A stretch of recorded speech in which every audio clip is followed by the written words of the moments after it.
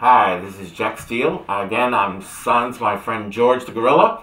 He's again out another day. He's busy making money for the holidays for Halloween. This is his biggest time of year, and this is when he makes the biggest bang for his buck. So I can't blame the dude. So no problem. We'll work without him. I'm going back to a topic that I discussed once before. It's the concept of the 48 continental states. I don't know if you know this. I did a little history digging. And what's happened, I learned that the last US state that was added, of the 48 states, continental states, was Arizona. And it was added on Valentine's Day, 1912. So we're talking in less than 5 months from now, we're going to be celebrating 100 years of the US exactly the way it's always been, with 48 states. When you look at this, what really bothers me is that you have so much in the corporate life where there are mergers and acquisitions between different companies, different U.S. companies, and you have even crossovers where you have Mercedes-Benz buying Chrysler, and you have international mergers. But here we are in the U.S., we have basically these 48 contiguous states that are all connected, and yet during the 1800s, between 1810 and around 1860, we kept adding state after state, whether it was free or non-free, because we didn't want to upset the balance of power. We wanted this whole thing where the Union wouldn't go into a civil war, and yet we did.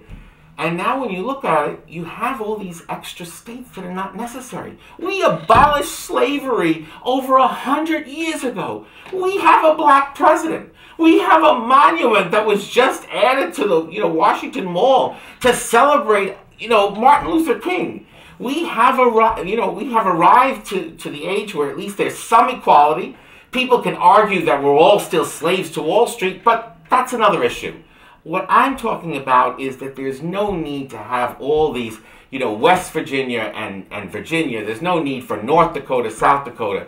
There's a need for people to look at things and say, is there a way that we could be more efficient in the U.S.? When you look at Canada, there are 10 provinces for the same landmass that we have in the U.S. Well, again, all I have to tell you is please just take a look at this and say, you know what? Maybe there's a better way to manage. Maybe there's a better way to have less government. And one way of having less government is to have less governors and less senators and less politicians in Washington, D.C. You do not need this. You do not need the fact that there's a North and South Dakota. You do not need the fact that there's a North and South Carolina. These states can merge. Or if you want, you can even take a wholly different approach. You can say it's designed like Athens, or the Greek city-states, where Athens and Sparta were city-states, and the surrounding area, the metro areas, were what constituted a state. So what is now part of Connecticut, New Jersey, and New York, that tri-state area could be one state, all known as New York City. You could have the same thing with LA going for 50 miles.